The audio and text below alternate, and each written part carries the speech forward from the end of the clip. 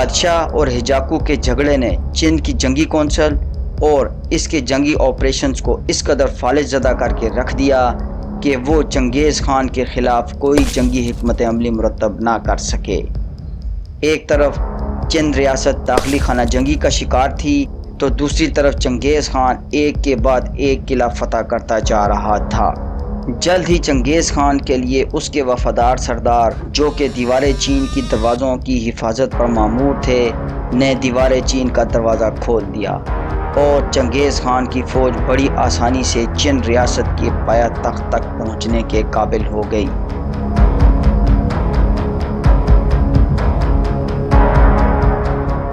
اس سے پہلے جتنے بھی قلعے چنگیز خان کی فوج نے فتح کیے ان میں زیادہ پر محاصرے کے ذریعے کامیابی حاصل کی گئی، مگر چنگیز خان اس بات سے آگاہ تھا کہ محاصرے سے اس شہر کو زیر کرنا تقریباً ناممکن ہے۔ پھر بھی اس نے شہر جانے والے دریاؤں پر بند باندھ دیے اور شہر کو جانے والے راستوں کی ناکہ بندی کر دی تاکہ بادشاہ کو دباؤ میں لایا جا سکے۔ چنگیز خان ہر صورت میں کامیاب ہونا چاہتا تھا، چاہے وہ تلوار سے ہو یا پھر صلح سے ہو۔ چنگیز خان ذاتی طور پر بات چیت اور ڈپلومیسی کے ذریعے حالات کو اپنے قابو میں رکھنا چاہتا تھا، جبکہ اس کے کچھ جرنیل بزور شمشیر اس قلعے کو فتح کرنا چاہتے تھے۔ لیکن پھر بھی چنگیز خان نے اپنا سفیر امن کی تجاویز کے ساتھ بادشاہ کی طرف بھیج دیا۔ ان تجاویز میں چنگیز خان نے کہا کہ وہ شہر کو امان دینے کے لیے تیار ہے، لیکن اس کے سپاہی شہر میں حملہ کرنے اور اسے تاراج کرنے پر مصر ہیں۔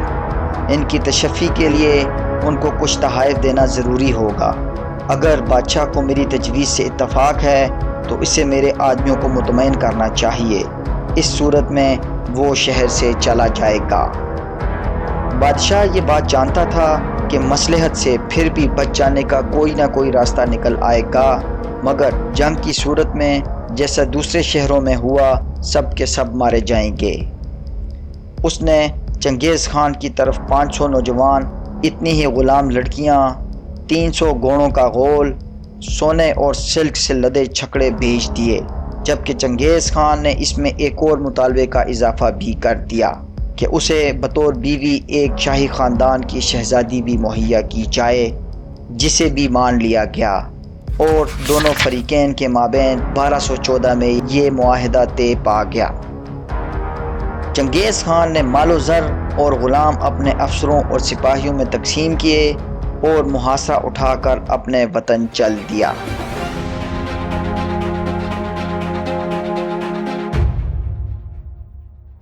چین حکمران نے جیسے ہی دیکھا کہ منگول خطرہ ٹل چکا ہے تو اس نے فوری طور پر بیجنگ سے اپنا دارالحکومت ایک اور شہر کائفنگ منتقل کرنے کے احکامات صادر کیے اور خود بھی اسی شہر منتقل ہو گیا۔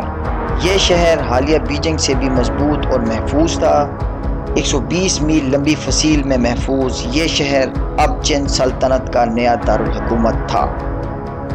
چنگیز خان کو جب یہ اطلاع ملی تو وہ غصے میں آ گیا اور اسے معاہدے کی خلاف ورزی سمجھا۔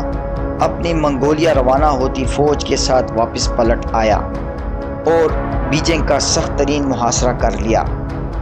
پچھلی دفعہ جب چنگیز خان نے اس شہر کا محاصرہ کیا تھا تو اس نے محسوس کر لیا تھا کہ تیر اور تلوار کے ذریعے اس شہر کو فتح کرنا ناممکن ہے، لیکن اس دفعہ وہ اپنے ساتھ چینی ماہرین اور انجینئرز لے کر آیا۔ یہ وہی ماہرین اور انجینئرز تھے جنہیں چنگیز خان نے دوسرے قلعوں اور قرب و جوار کے علاقوں سے اپنا غلام بنایا تھا۔ ان کی وسادت سے اس نے شہر کا نقشہ بنوایا اور اسے فتح کرنے کے لیے اس قلعے کے کمزور حصے کا انتخاب کیا، لیکن یہ سوال پھر بھی اہم تھا کہ اس قلعے میں داخل کیسے ہوا جائے، سو چنگیز خان نے اس کا حل بھی تلاش کر لیا۔ اس مقصد کے لیے منجنیقیں اور حفاظتی ٹاور تیار کیے گئے، پانی اور خوراک کے تمام راستے روک دیے گئے۔ 6 ماہ تک منجنیقوں کے ذریعے قلعے پر پتھر پھینکے جاتے رہے اور شہر میں آبی اور غذائی قلت پیدا کرنے کی کوشش کی جاتی رہی۔ بیجنگ کے شہریوں کے لیے قلعے سے باہر ایک یقینی موت کھڑی تھی، کیونکہ وہ اس سے پہلے دوسرے قلعوں کے انجام سے خوب واقف تھے۔ بالآخر جلد ہی شہر میں آبی اور غذائی قلت پیدا ہو گئی اور لوگ اپنی بقا کے لیے اپنے ہی مردوں کا گوشت کھانے پر مجبور ہو گئے۔ جوں جوں محاصرہ طویل ہوتا جا رہا تھا، چنگیز خان اور اس کی فوج کو بھی غذائی کمی کا سامنا ہونا شروع ہو گیا۔ اس کی سب سے بڑی وجہ ان کے ساتھ قیدیوں کی ایک بڑی تعداد تھی جو انہوں نے یہیں چینی علاقوں سے گرفتار کیے تھے۔ ان قیدیوں کو کھانا دینا بھی ایک بڑا مسئلہ تھا۔ چنگیز خان نے ان قیدیوں کو انسانی ڈھال یا ہیومن شیلڈ کے طور پر استعمال کرنے کا فیصلہ کیا۔ ان قیدیوں کو اگلی صفوں میں کھڑا کر کے قلعوں کے دروازوں کو توڑنے کی کوشش کی جانے لگی۔ اس طرح منگول فوج نے شہر پر ایک بڑے انتظار کے بعد حملہ شروع کر دیا۔ چند تیر انداز بھی تیروں کی بارش کر رہے تھے، مگر ان تیروں سے ان کے اپنے ہی لوگ موت کے منہ میں جا رہے تھے۔ اس کے ساتھ ساتھ منجنیقوں سے پھینکے جانے والے پتھروں سے حفاظتی دیوار بھی ٹوٹ پھوٹ کا شکار ہو رہی تھی۔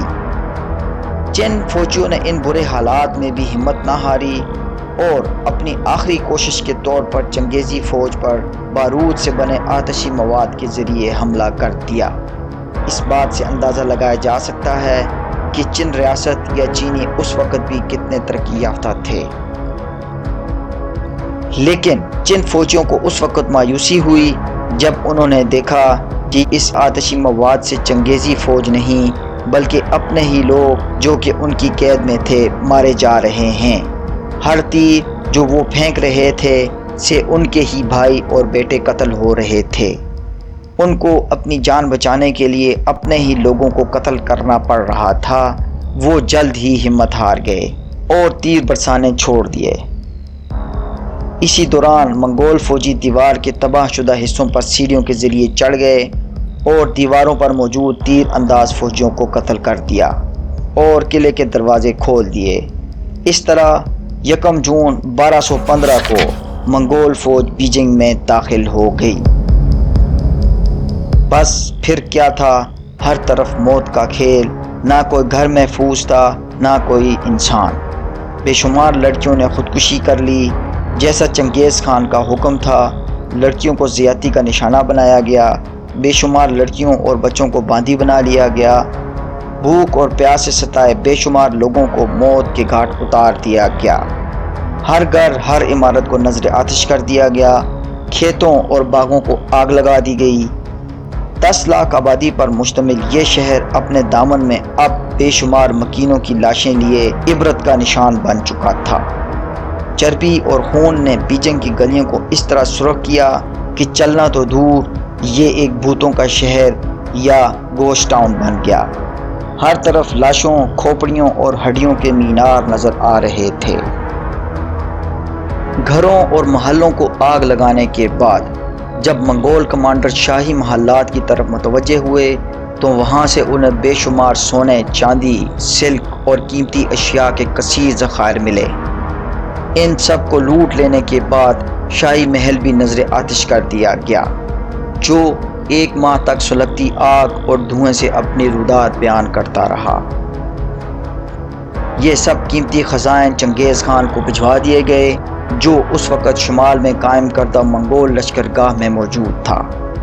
چنگیز خان نے پکڑے جانے والے چند جرنیلوں میں سے وفادار جرنیلوں کو چھوڑ کر تمام غداروں کو قتل کر دیا، پھر ان سے اپنی وفاداری کا حلف لیا اور انہیں مختلف صوبوں کا گورنر بنا کر اپنی ملازمت میں شامل کر لیا اور ان سب کو اپنے ایک وفادار کمانڈر مکولی بہادر کے ماتحت کر دیا۔ اس طرح اس نے تمام مفتوحہ علاقے پر اپنی بالادستی قائم کر لی۔